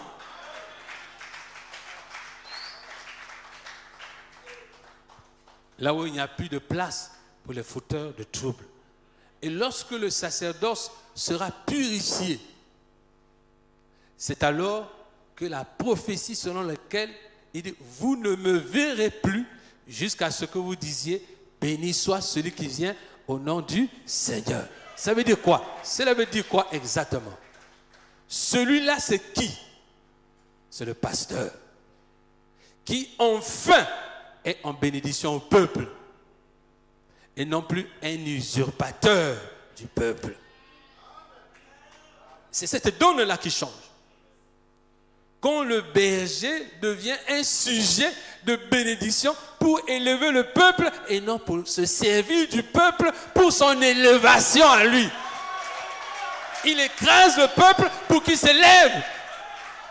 Non, ce temps-là est révolu.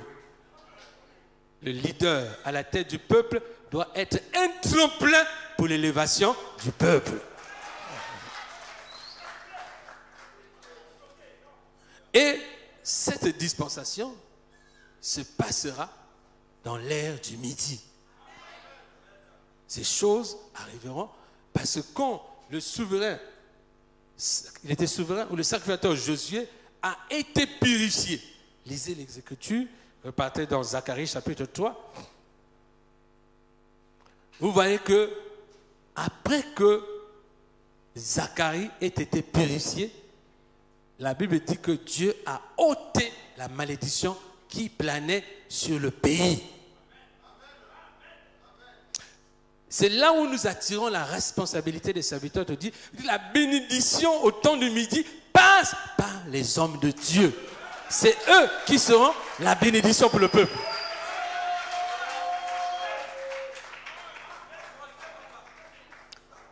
C'est eux qui seront un sujet de bénédiction pour le peuple et pour la nation.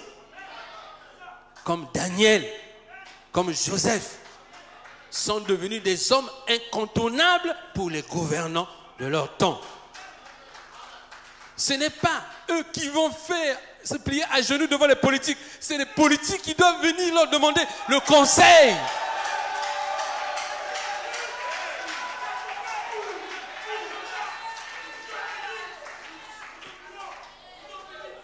Donc l'heure du midi, l'heure du midi,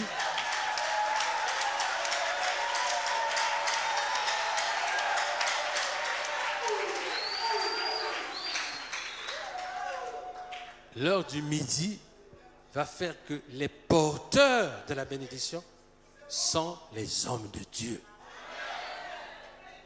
Et cela sera reconnu et établi. Ils n'auront plus besoin de faire la courbette.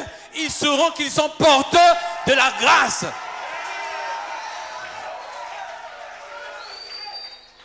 Et cela sera établi. Ça sera établi.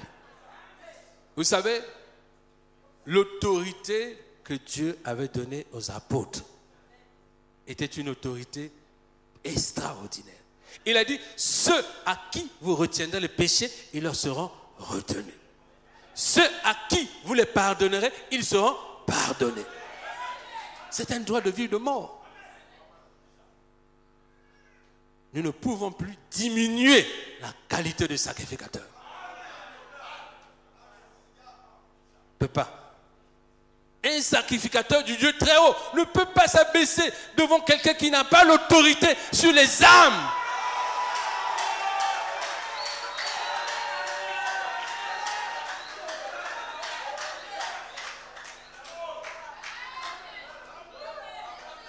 Pour rétablir sur la terre l'ordre des sacrificateurs et des rois. Donc, frères et sœurs, nous parlons ici, je viens de vous dessiner la destinée du réveil de l'église de Midi. Quel est son point final? Tout ce que nous disons doit aboutir à quoi? Et je terminerai pour dire que lorsque les sacrificateurs sont en bénédiction au peuple, la nation entière est bénie. C'est là où Dieu dit, si mon peuple sur qui est invoqué mon nom s'humilie et prie, je guérirai le pays.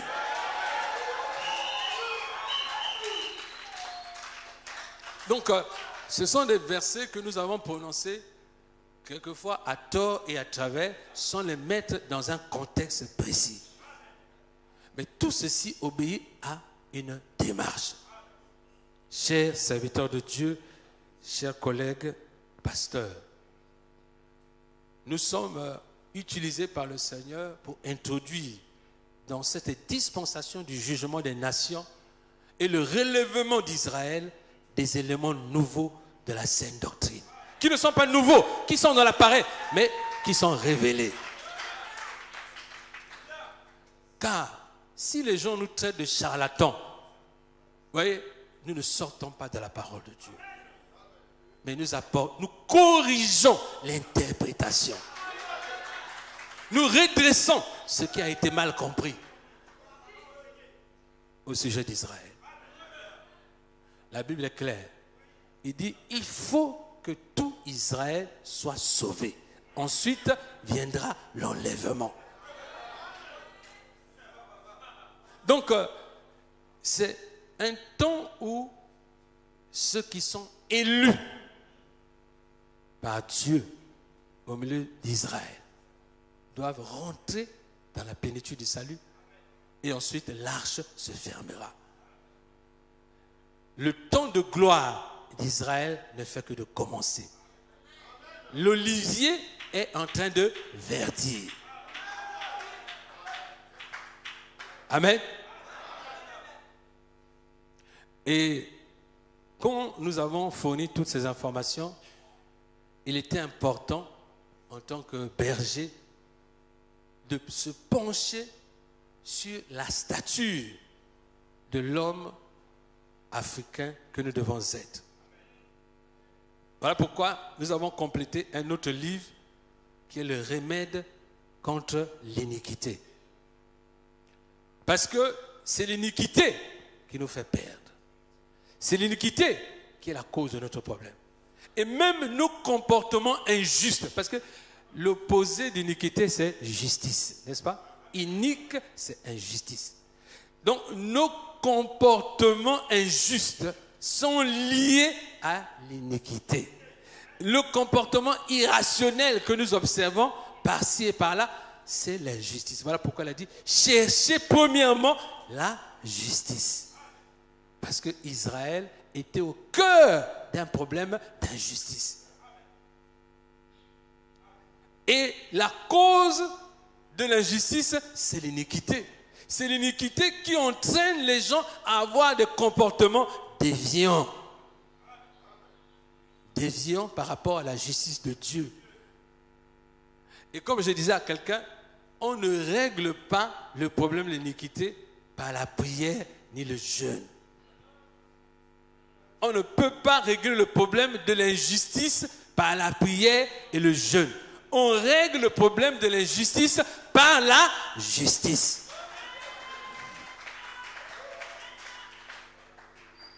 Et pour que nous puissions franchir le pas vers la justice de Dieu, il faut que nous soyons brisés. Il était brisé pour nos iniquités. Nous aussi devons être brisés pour lui. Donc, le chrétien du Midi est un homme et une femme brisés. D'ailleurs, 400 ans de servitude nous ont préparés à accepter le brisement. Quelles humiliations nous n'avons pas subies? Mais nous avions subi des humiliations forcées. Mais là, nous devons maintenant accepter de nous humilier à cause du Seigneur.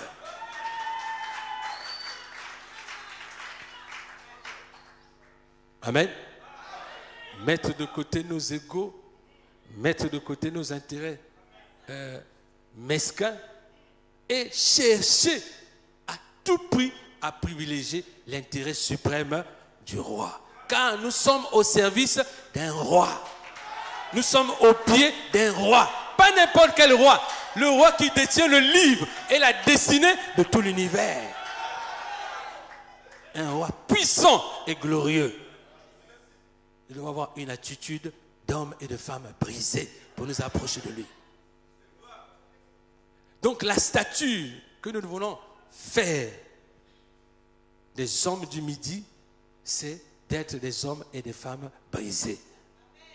Car si nous sommes des hommes et des femmes brisés, nous accomplissons la parole de l'apôtre Paul qui dit que le vieil homme a été crucifié et que le corps du péché a été détruit pour que nous ne soyons plus esclaves du péché. Amen.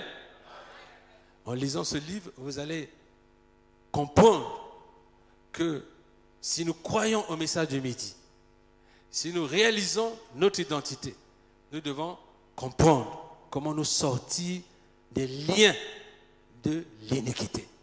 Amen. Et à ce moment-là, quand le corps du péché est détruit, nous pouvons maintenant intégrer le corps de Christ. Amen. Et nous ne serons plus des ouvriers dans l'iniquité, mais nous serons des ouvriers hors de l'iniquité. Parce que tant que nous n'avons pas réglé le problème de l'iniquité, nous servirons dans l'iniquité. Quand on sert dans l'iniquité, on sert pour ses intérêts. Amen. On sert pour ses intérêts. Si les gens servaient pour l'intérêt du peuple, il n'y aurait pas 2000 pasteurs à Brazzaville. Il y aurait peut-être 5 ou 10. Parce que personne n'accepte de porter le fardeau d'autrui. Servir, c'est porter les fardeaux des autres. Mais comme on sert pour se servir, voilà pourquoi tout le monde veut se servir et il se bagarre. Mais quand on apprendra à être un vrai serviteur qui se donne pour les autres, on saura que c'est pénible. Amen. Que c'est pénible.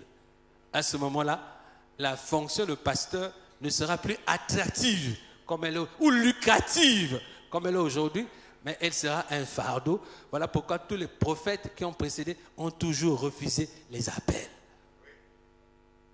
Si on accepte l'appel trop facilement, il y a un problème. Amen.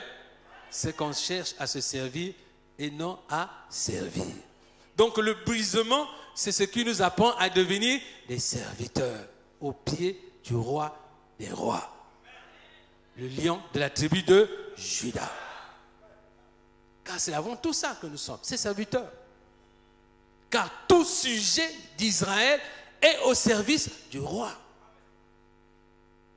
Tout sujet d'Israël se bat pour son roi. Vit pour son roi. Amen. Et pour atteindre cette stature, il faut le brisement. Il faut rompre avec l'iniquité. Et le second ouvrage que nous avons écrit, le troisième, pardon, qui complète la pensée du Midi, dans la stature de l'homme nouveau que Dieu veut faire sur cette partie du continent, c'est que nous devons comprendre que si nous intégrons le corps, c'est pour travailler pour le corps et dans le corps. Amen. Travailler dans le corps et pour le corps. Et non plus pour nous-mêmes. Amen. Parce que nous travaillons autrefois pour nous-mêmes. Mais aujourd'hui, étant dans le corps, nous ne pouvons plus travailler pour nous-mêmes, mais nous travaillons pour le corps. Est-ce que tu peux acclamer le Seigneur pour ça? Mais quel travail! Quel travail! Le travail des mains. L'apôtre Paul dit, j'ai travaillé de mes mains afin d'être à charge à personne. Donc, et le travail des mains, c'est ce que la Bible appelle le talent. Amen. Le travail du ministère, le travail spirituel, c'est ce que la Bible appelle le don. On est ouvrier de Dieu avec les dons et les talents. L'Église, pendant 30 ans, est allée enfouir le talent. Voilà pourquoi l'Église est pauvre. Il revient à notre responsabilité en tant que conducteur de conscience, en tant que pasteur, berger, d'être des modèles du travail des mains. Car le travail des mains est créateur de richesse. Combien même Dieu voudrait nous donner les ressources financières, si nous ne travaillons pas et que nous prions, ça ne viendra jamais. Car le travail, c'est la première institution de Dieu à l'homme. Quand Dieu a dit à l'homme de cultiver son bout de jardin, c'était le travail des mains. Mais quand Dieu venait le soir pour communier avec Dieu, c'était dans la sphère spirituelle du don. Donc tu ne peux pas rentrer dans la sphère spirituelle du don si d'abord tu n'as pas offert ton corps par le travail à Dieu. Voilà pourquoi nous avons dit le travail des mains est une adoration. Cela revient à dire quoi? Nous ne pouvons plus expulser Dieu de notre travail des mains. Si nous ne pouvons plus expulser Dieu de notre travail de main, et si nous comprenons que le travail de main est une adoration, ça veut dire que le travail devient sacré. Il doit être donc bien fait, avec amour, avec soin, avec précaution, parce qu'il est rendu à Dieu. Il ne peut plus être entaché de la corruption. Est-ce que vous comprenez, frères et sœurs? Étant un travail sacré, il ne peut plus être entaché de la corruption. Parce que les chrétiens, sans conscience, disent, bon, ici, ce n'est pas les affaires de Dieu, ici, c'est le boulot, donc si j'ai à tricher, je vais tricher. Mais s'il comprend maintenant que le travail de même qu'il fait, Dieu est dedans, et que ce travail-là, c'est Dieu qui l'a donné, il ne peut plus tricher. Il doit faire ce travail avec amour, parce que s'il aime Dieu qui lui a donné ce travail, cet amour doit se reproduire à travers les soins avec lesquels il fait ce travail. Vrai ou faux? Donc c'est exactement ça, frères et sœurs. Il devient un travail soigneux, un travail fait avec amour, parce que en le faisant avec amour, nous disons au Seigneur, c'est par ce travail que je t'exprime mon amour. Amen. Et les gens verront. Frères et sœurs, je vais vous donner encore des exemples. Illustrer la valeur du travail est au cœur du développement, est au cœur de l'épanouissement. Un homme s'affirme dans la société, ce n'est pas avec les dons spirituels. Ce qui ferait de toi un dignitaire dans la société, c'est le travail de main que tu fais. N'est-ce pas? Si tu es un avocat excellent, tu seras réputé. Si tu es un médecin excellent, tu seras réputé. un cultivateur, la dignité que le peuple va te rendre, elle dépend de la qualité avec laquelle tu fais ton travail. Donc, nous devons ramener le travail au cœur de l'adoration. De l'adoration. Nous avons expulsé le travail. Nous avons considéré que servir Dieu, c'est seulement exercer dans le temple. Non. Non. Servir Dieu, c'est offrir sa vie en sacrifice. Oh Dieu. D'abord, je dirais pas servir Dieu. J'ai dit servir à Dieu. Mais si tu es inutile, Dieu dit, mais en fait, tu me sers à quoi? Je ne vois pas quel est ton intérêt que tu m'apportes. Donc, chacun de nous doit se rendre utile pour Dieu, pour que Dieu puisse lui assurer toute la protection, parce qu'il est utile entre ses mains. Et dans la parabole des mines, la Bible dit que le serviteur qui avait reçu un talent, on dit bien le mot serviteur. Et pourtant, il a reçu un talent. Pas un don spirituel, un talent à faire fructifier. Celui qui a reçu un talent, qui allait l'enfouir, Dieu l'a traité de serviteur méchant et paresseux. Et Dieu l'a expulsé de sa communion avec lui.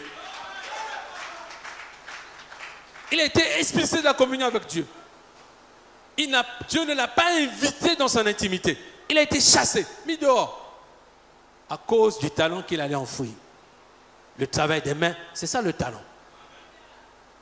Tandis que le serviteur qui a fructifié le talent, Dieu l'a invité dans son intimité à partager avec lui sa joie. Donc, c'est ça, dans cette intimité, que le don spirituel peut maintenant s'exercer.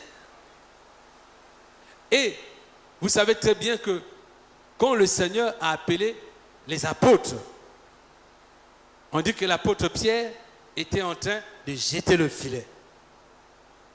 On dit que l'apôtre Jean était en train de réparer le filet. On dit que l'apôtre Paul était en train de construire des maisons. Donc, quand Dieu les appelait, il les appelait en effectuant des travaux de main. Mais regardez comment Dieu a converti ces travaux de main en travaux spirituels.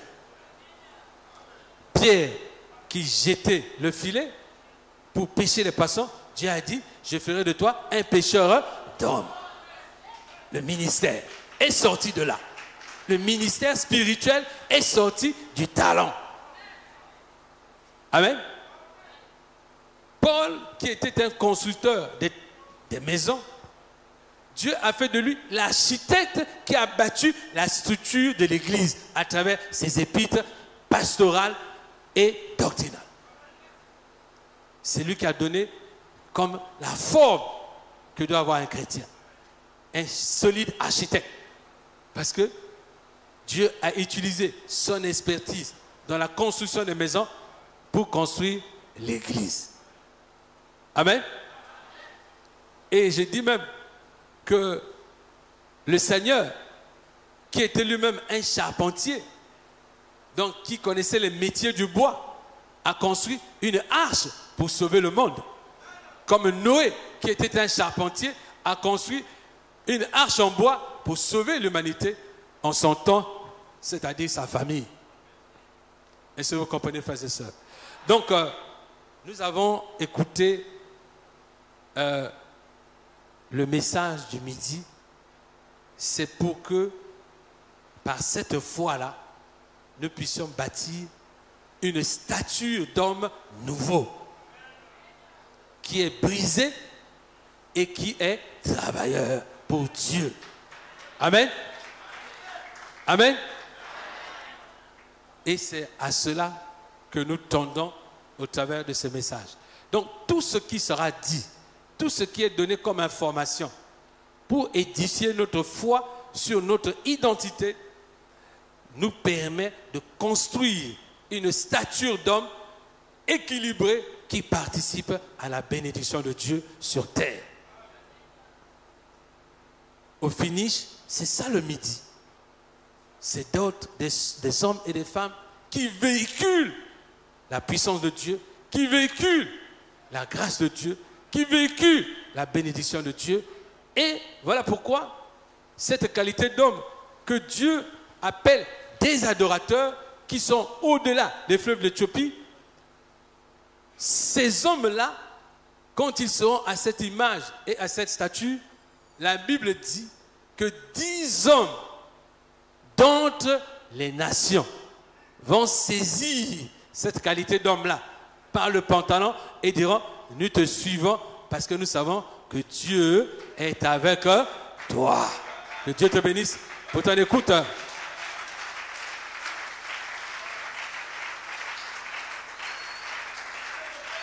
Voilà. Donc, comme vous avez pu le constater,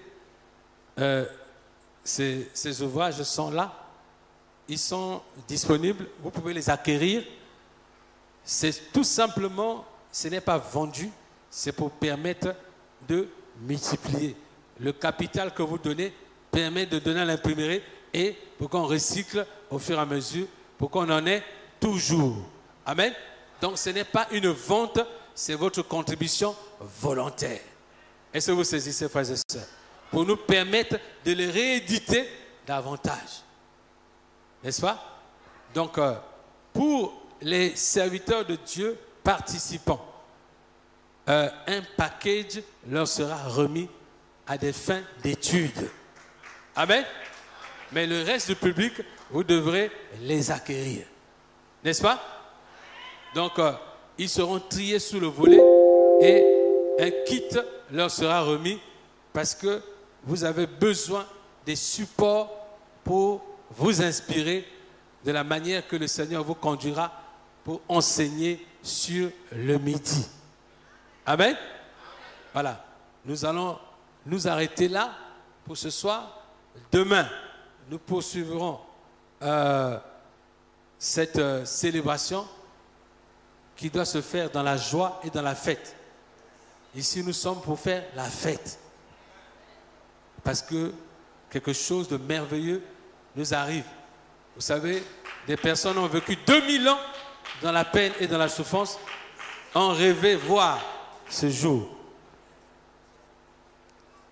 Bon, comme il y a la pluie, effectivement, on est plus ou moins prisonniers ici. Donc, nous saisissons cette opportunité pour répondre aux questions. Amen. À vous la parole.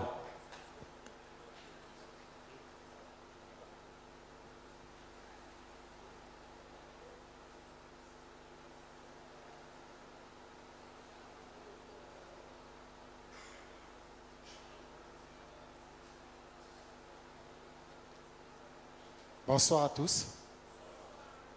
Je suis le frère Claver. J'ai quelques questions à poser. Hier, j'ai suivi vos exposés. La première question serait: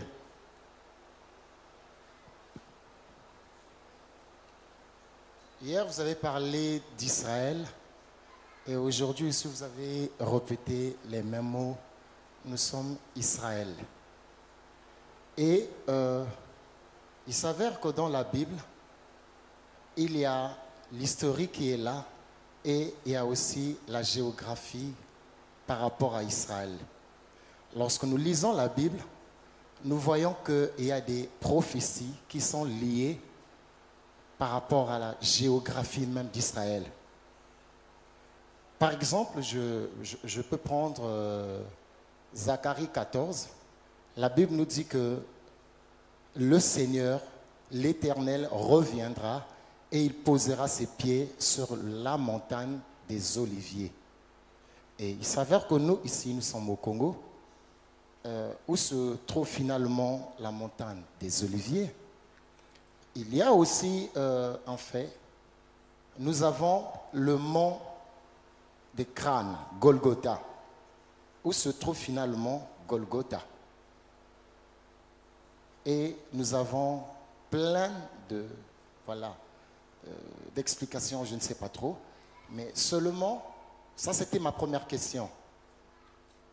Et ma deuxième serait, vous savez, concernant Israël, et que si nous sommes Israël, la Bible dit que celui qui croira et qui sera sauvé, celui qui croira et qui sera baptisé sera sauvé, dans Marc 16, 16. Mais finalement, si nous sommes Israël et jusqu'à avant peut-être une semaine, nous étions encore sous la malédiction, parce que nous sommes Israël. Mais la parole du Seigneur dans les Écritures nous dit que nous avons cru. Je suis chrétien, je suis disciple, j'aime plus dire disciple du Seigneur, Yeshua, et je me permets de dire que je suis sauvé. Maintenant, s'il y a une autre alliance qui rentre en ligne de compte, j'aimerais bien vraiment le savoir.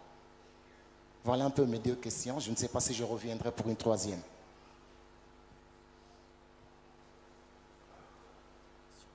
Donc, vous avez posé des questions. Très bien. Vous vous êtes interrogé où se trouve la montagne d'Olivier, où se trouve Golgotha. Donc, vous-même, vous ne savez pas. C'est mentionné dans la Bible, mais vous-même, vous ne savez pas. Donc, c'est la même chose.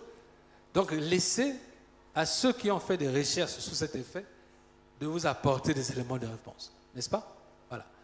Donc, cette interrogation, parce que par la voie des médias, on vous avait dit que ça se trouve en Palestine. Hier, par exemple, on a dit le pays où coule le lait et le miel. Il y a des lacs, des vallées, des cours d'eau. Mais quand vous allez en Palestine, il n'y a pas ça. Donc, voilà. Donc, on n'est pas... nous avons dit que cet exposé est un champ vaste de recherche, d'approfondissement. Mais il y a des éléments qui amènent à s'interroger. Si ce qu'on nous a dit, c'est ça. C'est l'objet de cette conférence. C'est-à-dire, nous apportons des éléments qui font qu'on doit se remettre en cause et on doit remettre en cause ce qui a été dit. Je t'ai donné cet exemple. C'est Deutéronome qui parle. Pays où coule le lait et le miel, où il y a des cours d'eau, des vallées, où les pierres peuvent devenir de l'airain, des montagnes peuvent devenir de l'airain. Donc ça s'appelle, c'est les mines de fer, les mines de cuivre. Bon, tu as trouvé les mines de cuivre là-bas en Palestine? Les mines de fer, il y en a là-bas? Moi je sais que les mines de cuivre et de fer, c'est ici au Congo. Donc il y a une... Je sais que les lacs et les vallées, les cours d'eau, c'est ici où nous sommes. Bon, donc là, géographiquement, tu t'es rapporté sur les éléments géographiques. Et lorsque l'on interroge la géographie pour observer la tectonie, la géographie, la faune, on se rend compte que la description biblique du pays où coule le lait et le miel, c'est évidemment chez nous, où il y a toutes les richesses. Donc voilà, pour ne pas que nous soyons détournés de l'objet de notre exposé. S'il vous plaît, il y a des questions que vous pouvez poser en off à des éminents serviteurs ici, et il y a des questions que nous allons répondre par rapport à la matière qui a été développée pour que nous ne perdions pas. Comprenez? Nous sommes disponibles pour que vous puissiez nous approcher, même après, quand on va manger ou pendant le repas, approchez-nous ou écrivez sur une feuille. Nous avons notre site internet, vous pouvez avoir accès à notre site, déposez vos questions. Et nous vous répondrons aussi par le net. Ça aussi, c'est un mode de communication moins distrayant. N'est-ce pas? Voilà. Donc, nous avons tous les canaux possibles. Nous avons notre site web, assembléeduroi.cg, je crois bien.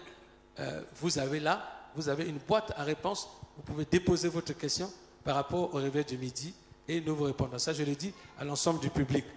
Puisque le temps que nous disposons n'est pas possible de répondre. Mais si vous envoyez vos questions-réponses, vos questions par le canal de notre site web, nous pourrons les traiter les unes après les autres avec beaucoup de précision. Amen. Alors, comme la pluie a cessé et vu le temps, nous devons manger. Et une question en préparation, nous allons peut-être prendre cette question. Merci beaucoup. Oui, le salut. La deuxième question, pardon. Oui, c'est l'apôtre Je voudrais Geoffroy répondre, Moore. pardon, à la deuxième question par rapport au salut. Il est chrétien. Le salut, croyez et vous serez sauvés. J'ai répondu tout à l'heure pour dire que la rédemption, l'effet du sang n'a pas eu un effet sur Israël. Sinon, on ne serait pas dans les problèmes. Si l'expiation avait eu un effet pour nous, on ne serait pas dans les problèmes. Si on est dans les problèmes, c'est que cette expiation n'a pas eu un effet sur nous. C'est une évidence.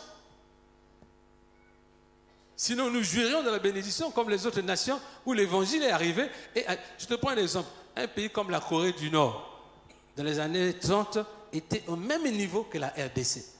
Même niveau. Même niveau de développement. Mais lorsque l'évangile est arrivé en Corée du Nord, Corée du Sud, pardon, regardez la prospérité que ça a créé. Mais dans la même période, l'évangile est prêché chez nous. Mais pourquoi il n'a pas provoqué les mêmes effets? Le même évangile qui est prêché sur les autres a ouvert les chemins à la bénédiction. Mais chez nous, il n'a fait qu'aggraver les situations. Il est même mieux de vivre au temps de nos parents qui connaissaient la parole de Dieu sans la connaître, mais qui la vivaient. C'est-à-dire, tu laisses ta maison ouverte, tu vas au champ, personne ne va voler tes dieux. Parce qu'ils avaient la crainte de Dieu. Mais dans notre génération où l'évangile est abondamment prêché, laisse seulement ta maison ouverte. Tu vas voir que les mêmes chrétiens, même tu laisses ton téléphone portable ici, on va te le voler. On est chrétiens ici. Quelle est cette morale? Moi, je suis employeur, chef d'entreprise. J'ai plus de difficultés à travailler avec les chrétiens que même les musulmans et les païens. Quel est ce problème? Il y a un problème. C'est tout ça qui nous a amené à nous questionner sur la chrétienté, la qualité de cette chrétienté que nous avons reçue. Et c'est comme ça que Dieu nous a donné les éléments de réponse. Vous savez que sans questionnement, Dieu ne peut pas parler. Dieu parle quand on se questionne. Mais il faut poser les bonnes questions. Si tu poses des questions inappropriées, Dieu ne parlera pas.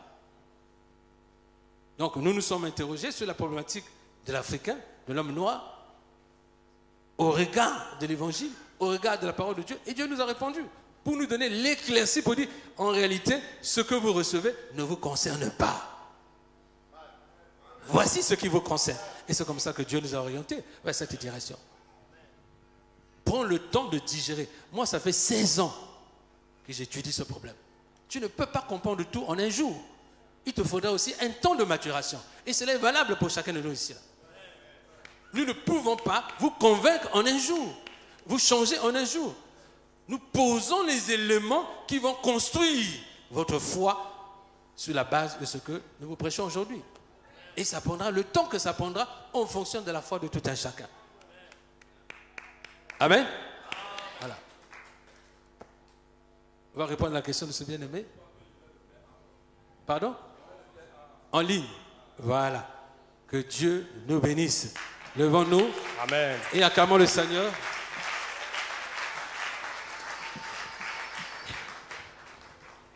Alors, je voudrais demander au patriarche de faire une prière pour cette journée, pour tout ce qui a été dit.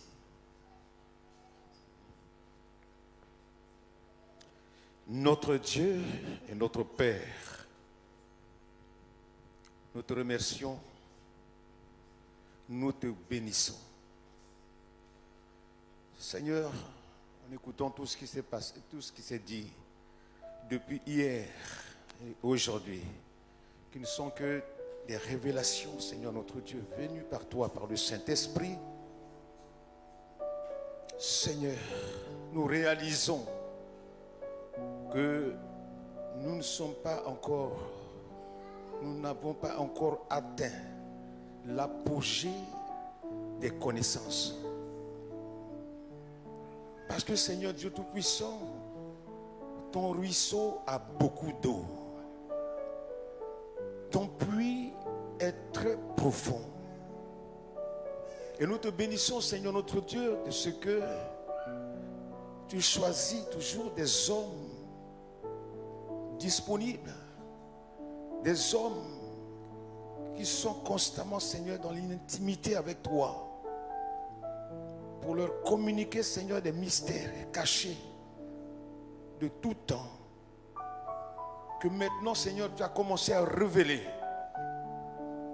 à nous qui sommes, Seigneur notre Dieu, les serviteurs et les servantes de ce dernier temps.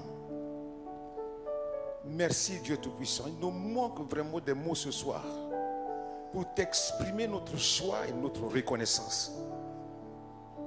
Père, tu ne nous as pas encore tout dit. Nous nous attendons encore à toi. Nous voulons encore nous abreuver, Seigneur, à cette eau de vie. Oui, Seigneur, ta parole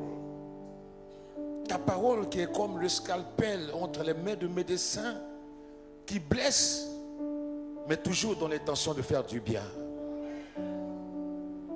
Ta parole, Seigneur, notre Dieu, qui est comme la ceinture de sécurité qui nous empêche de nous retrouver dans le décor au moment des virages. Seigneur, ta parole qui est comme la pluie de l'arrière-saison qui descend et qui fait du bien, Seigneur, à ton peuple que nous sommes. Merci, Seigneur Dieu Tout-Puissant, pour la soirée d'aujourd'hui. Seigneur, nous avons reçu. Si encore, Seigneur Dieu Tout-Puissant, des questionnements, si peut-être tes serviteurs n'ont pas tout dit, Saint-Esprit, aide chacun de nous à comprendre encore. Entraîne, Seigneur, chacun de nous dans la révélation de beaucoup de choses, Seigneur notre Dieu, que tu as réservées pour nous. Et nous voulons, Seigneur, partir d'ici comblés. Parce que c'est à cela, Seigneur, que tu nous as invités ici. Étends ta main de bénédiction, cette bénédiction qui enrichit et qui n'essuie d'aucun chagrin, sur tes serviteurs, sur ces hommes, sur ces flèches qui sont dans ton carquois et qui sont prêts, Seigneur Dieu Tout-Puissant, à aller là où, Seigneur, tu te dirigeras pour les envoyer. Et ces flèches certainement vont atteindre leur but, leur objectif, je veux dire. Seigneur, merci. Et nous te remettons la soirée. Seigneur, raccompagne tout un chacun de nous. Tu es le Dieu glorieux qui se révèle. Révèle-nous encore, Seigneur, beaucoup de choses cette nuit. Nous voulons, Seigneur, que tu ordonnes à tes anges de camper autour de la maison de chacun de nous. Et de nous préparer aussi, Seigneur, pour demain. Pour cela, Père Tout-Puissant, nous te remercions au nom de Jésus, à qui revient la louange, l'adoration, la paix, la joie, la bonté, la bénignité, la force, le trône, la majesté au siècle des siècles. Amen.